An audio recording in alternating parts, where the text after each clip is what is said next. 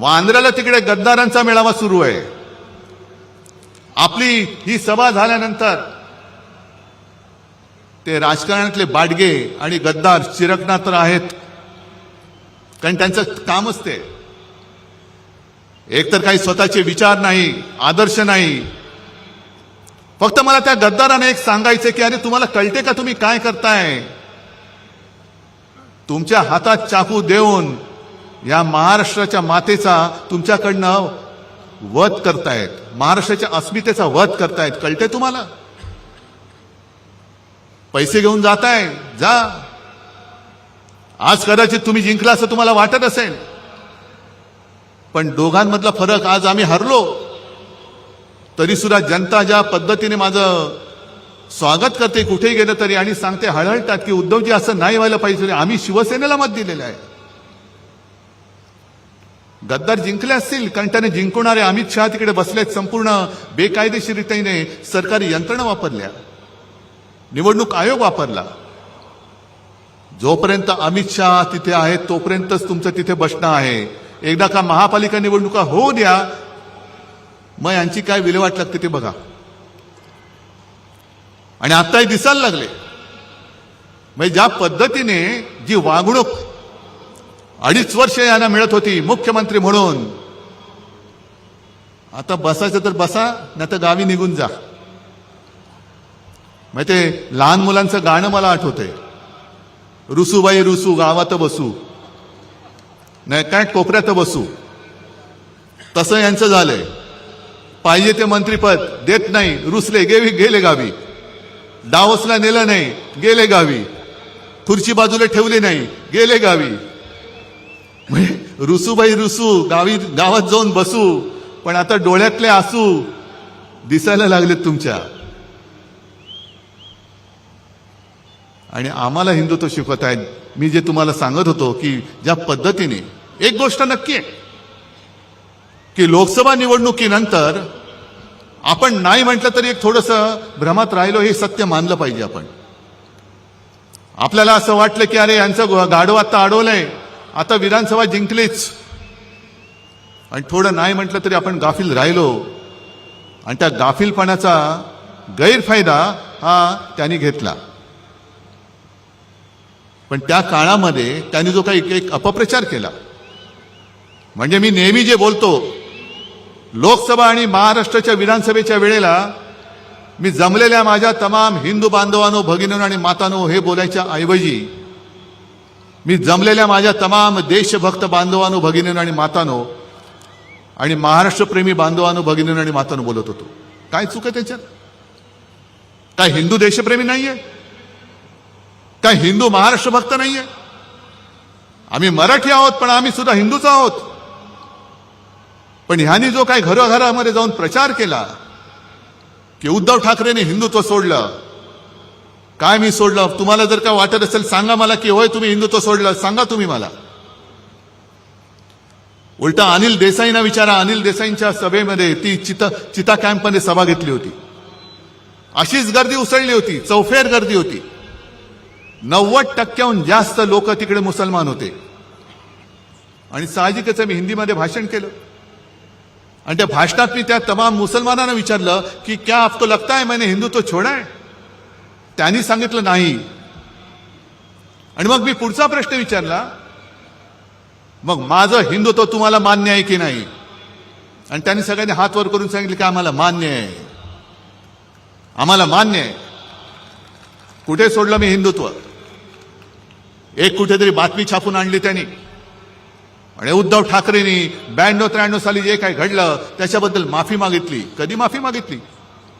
कोणाकडे माफी मागितली?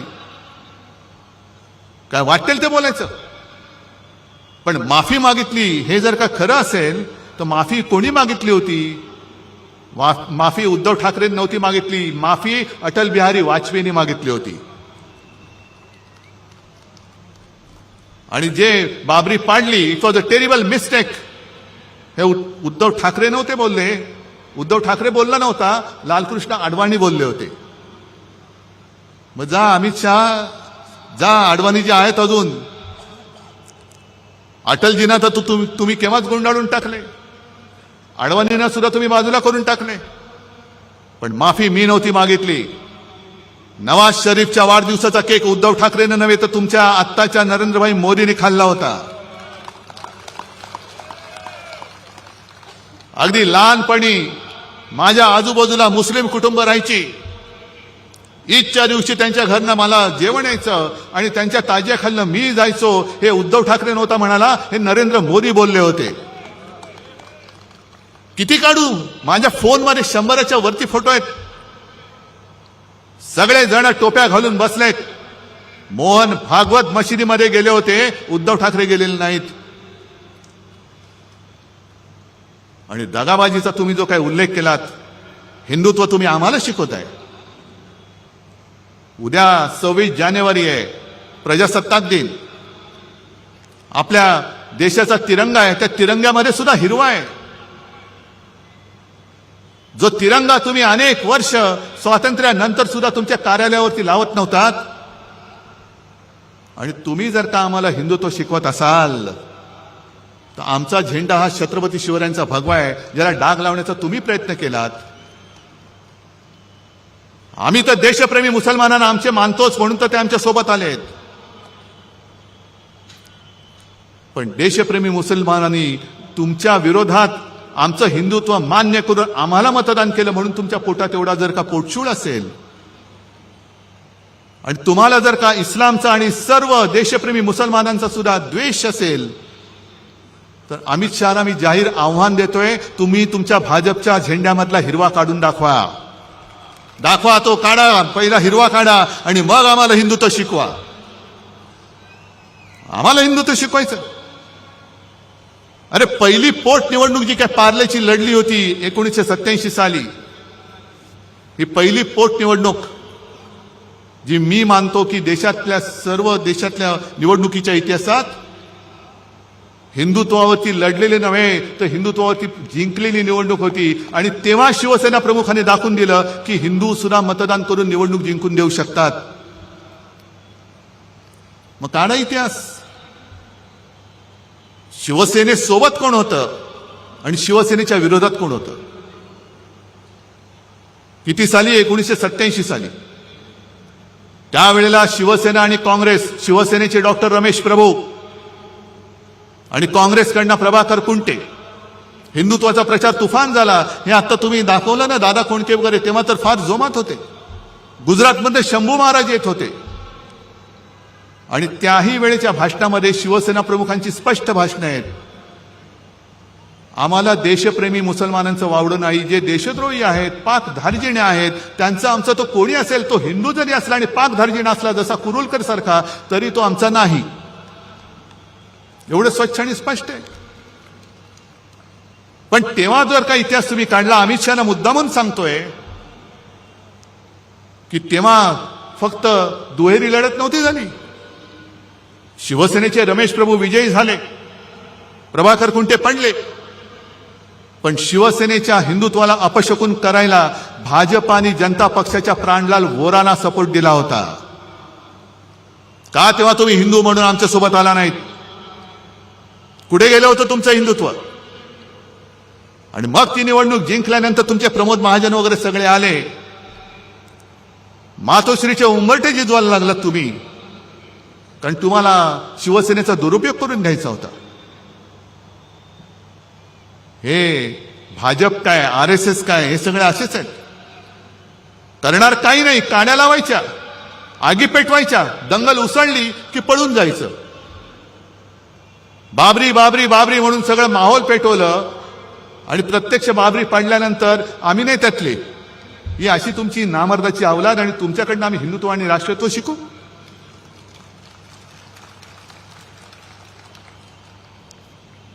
आणि तीच ती निवडणूक होती. हिंदुत्वाच्या मुद्द्यावरती शिवसेना प्रमुखांचा आणि नंतर सुभाष देसाईंचा पण त्या निवडणुकीत शिवसेना प्रमुखांचा मतदानाचा अधिकार काढून घेण्यात आला. तीच ती निवडणूक होती ज्याच्यामुळे शिवसेना प्रमुखांना आयुष्यात कधी निवडणूक लढणारच नव्हते, पण त्यांना निवडणूक लढवण्यापासून 6 वर्ष लांब ठेवण्यात आलं. आणि तो निर्णय अंमलात आणला तेव्हा काँग्रेसचं सरकार नव्हतं, अटल बिहारी वाजपेयींचं सरकार होतं. आणि आज तुम्ही आम्हाला बाळासाहेबांचं प्रेम शिकवताय. हे खरं आहे की 2000 साली छगन भुजबळ इथले गृहमंत्री असताना त्यांनी शिवसेना प्रमुखांच्या अटकेचा प्रयत्न केला होता. नंतर सगळं मिटलं, ते स्वतः घरी आले, सगळं झालं. पण ते जेव्हा अटक करायला निघाले होते तेव्हा अडवाणी, जर मी विसरलो नसेन तर देशाचे उपपंतप्रधान होते, गृहमंत्री होते. आणि शिवसेना प्रमुखांना जर अटक केली तर राज्यामध्ये आगडोंब उसळेल, तो उसळू नये म्हणून त्यांनी सीमा सुरक्षा दल किंवा केंद्रीय राखीव दल जे आहे ते शिवसेना प्रमुखांनी त्यांना अटक झाली तर दंगल उसळली तर बंदोबस्त करायला भाजप सरकारने महाराष्ट्रात पाठवलं होतं. हे तुमचं बाळासाहेबांचं प्रेम. ताडायची झाली तर तुमची साल्टी खूप ताडता येतील. एवढी साल्टी निघतील की तुम्ही गावात फिरायच्या लायकीचे राहणार नाही. त्याच्यामुळे तुम्ही आमच्या अंगावर येण्याचा प्रयत्न करू नका. आज 23 जानेवारी आहे, काल 22 जानेवारी होता. बरोबर 1 वर्षापूर्वी अयोध्येच्या मंदिराचं लोकार्पण करण्यात आलं. अरविंद, मला वाटतं तुम्ही काल परवा जाऊन आलात, अजूनही त्या मंदिराचं बांधकामच पूर्ण झालेलं नाहीये. आणि काय उन्माद चढलाय, जय श्रीराम जय श्रीराम जय श्रीराम. अहो, तेव्हा जर का शिवसैनिक उतरले नसते तर तुम्ही नसतातच, ते सोडा. पण जय श्रीराम जसं आम्ही बोलतो, आम्ही हिंदूच आहोत, पण आम्ही जसं जय श्रीराम बोलतो तसं तुम्हाला सुद्धा जय शिवराय बोलावंच लागेल. महाराष्ट्रामध्ये तुम्हाला जय शिवाजी जय भवानी बोलावंच लागेल. तुम्ही म्हणाल हे काय जय श्रीराम पुरे नाही. जसं जय हिंद नंतर जय महाराष्ट्र बोलतो तसं जय श्रीराम नंतर जय शिवराय बोललाच पाहिजे. कारण प्रभू श्रीराम कधी होऊन गेले, त्यांच्या जन्मभूमीवरनं वाद झाला, पुन्हा मंदिर बांधलं, त्यांनी राक्षस मारले होते, रामराज्य आणलं होतं.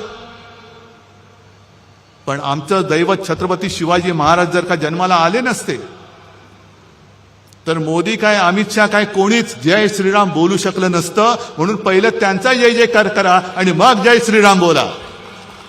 महाराष्ट्रामध्ये तरी मी जय शिवराय आणि जय श्रीरामच बोलणार. कारण आम्ही भाजपसारखे कृतज्ञ नाही होत. जन्मदात्या बापाला आम्ही विसरू शकत नाही.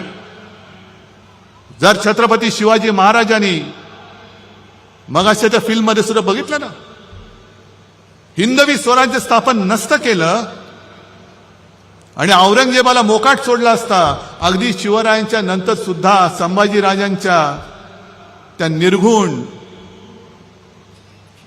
ज्याचं वर्णन सुद्धा करायला जीवावर येतं, हत्येनंतर 26 वर्ष ताराराणींनी म्हणजे महाराष्ट्राने औरंगजेबाला झुंजवत ठेवला नसता तर गुजरात पहिलं पटकन औरंगजेबाच्या चरणी लीन होऊन